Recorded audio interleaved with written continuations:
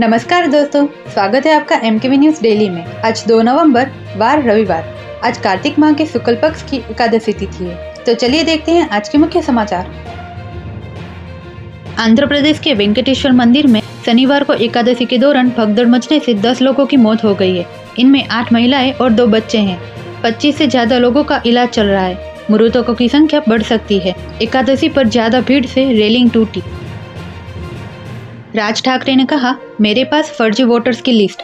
MBA की rally में उद्धव बोले, सरकार ने पहले नाम सिंबल चुराए, अब वोट चोरी।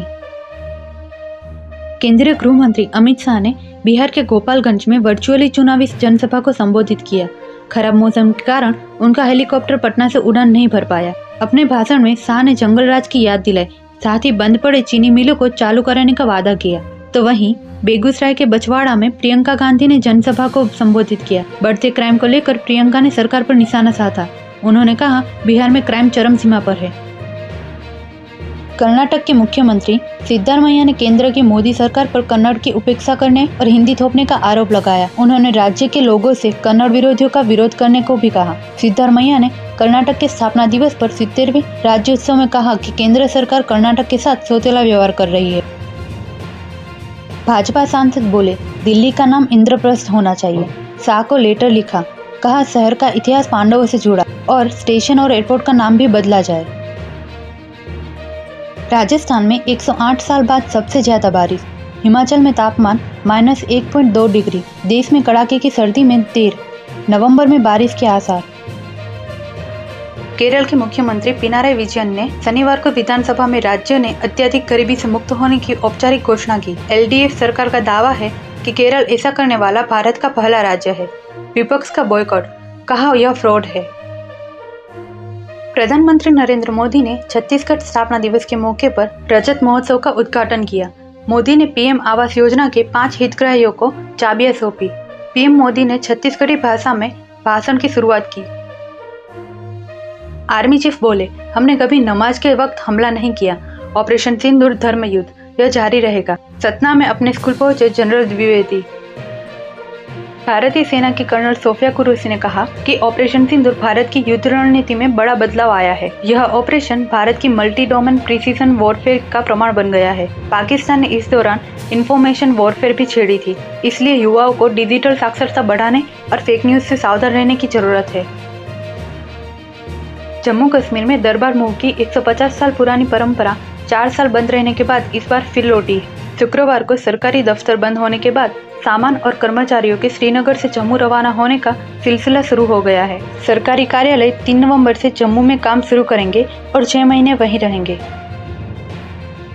दिल्ली एनसीआर में खराब होती एयर क्वालिटी पर लगाम लगाने के लिए commission for air quality management ने शुक्रवार को बड़ा फैसला लिया। CAQM ने दिल्ली में दूसरे राज्यों के BS3 मानक वाले पुराने डीजल ट्रकों और माल ढोने वाले वाहनों की एंट्री पर रोक लगा दी है। तेलंगाना के स्कूल में दूषित खाने से 52 छात्र बीमार। उल्टी और पेट दर्द की शिकायत। तो वहीं 32 बच्चों को डिस्चार्ज मिला और 20 का इलाज जारी। यूपी के बहराइच में नाव हादसे के 24 घंटे हो चुके हैं, लेकिन अभी भी 8 लोग लापता हैं। बहराइच में जहां नाव पलटी, वहां 1200 मगरमच्छ। नदी में नहीं उतर पा रहे गोताखोर। स्टीमर नाव से चल रहा सर्च ऑपरेशन। उपराष्ट्रपति बोले, गंगा स्नान करके मैंने मांस खाना छोड़ दिया। धर्म को कुछ समय के लिए ही संकट। काशी में बाबा विश्वनाथ का अभिषेक किया। जिम कॉर्बेट नेशनल पार्क का प्रसिद्ध ठिकाना पर्यटन जोन 15 नवंबर को पर्यटकों के लिए खोला जाएगा। कॉर्बेट पार्क में रात्रि विश्राम की सुविधा 15 नवंबर से शुरू होगी। अभी तक 200 से अधिक विदेशी पर्यटक रात्रि विश्राम के लिए कक्ष बुक कर चुके हैं। जनवरी 2026 तक सभी रूम फुल हो चुके हैं। अलवर के तिराजा फाटक के पास दिल्ली से जयपुर की ओर जा रही गरीब रथ एक्सप्रेस ट्रेन के एक कोच के नीचे करीब 11:45 पर अचानक आग लग गई। कोच से धुआं उठता देख यात्रियों में अफरा तफरी मच गई। ट्रेन झटके के साथ रुक गई। इसके बाद यात्री घबराकर नीचे उतर आए। अक्टूबर माह में एमपी में 2.8 इंच बारिश, 121% ज्यादा।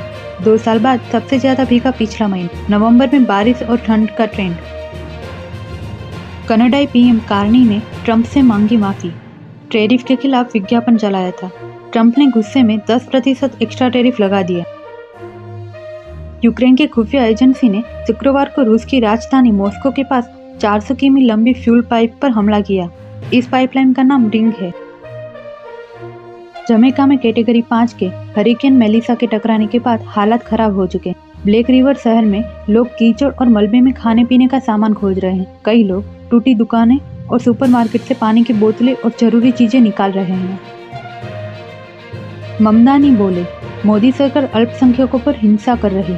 न्यूयॉर्क मेयर उम्मीदवार का गुरुद्वार में विवादित बयान। भारतीय सांसद बोले, उसकी स्क्रिप्ट क्या पन्नू लिख रहा। ट्रंप सरकार बोली, कंपनियों ने H-1B वीजा का गलत इस्तेमाल किया। कम सैलरी वाले विदेशियों को नौकरी दी। अमेरिकी युवाओं से अमेरिकन ड्रीम चुराया। नवंबर से कुछ बड़े बदलाव हुए हैं। बैंक खाते में एक नहीं 4 नॉमिनी रख सकेंगे।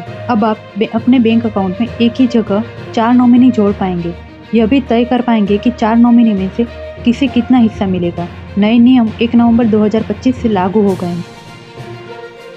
आधार कार्ड अपडेट के नए चार्जेस। भारत सरकार की UIDAI ने बच्चों के आधार कार्ड में बायोमेट्रिक्स अपडेट के लिए 125 रुपये की फीस माफ कर दी है।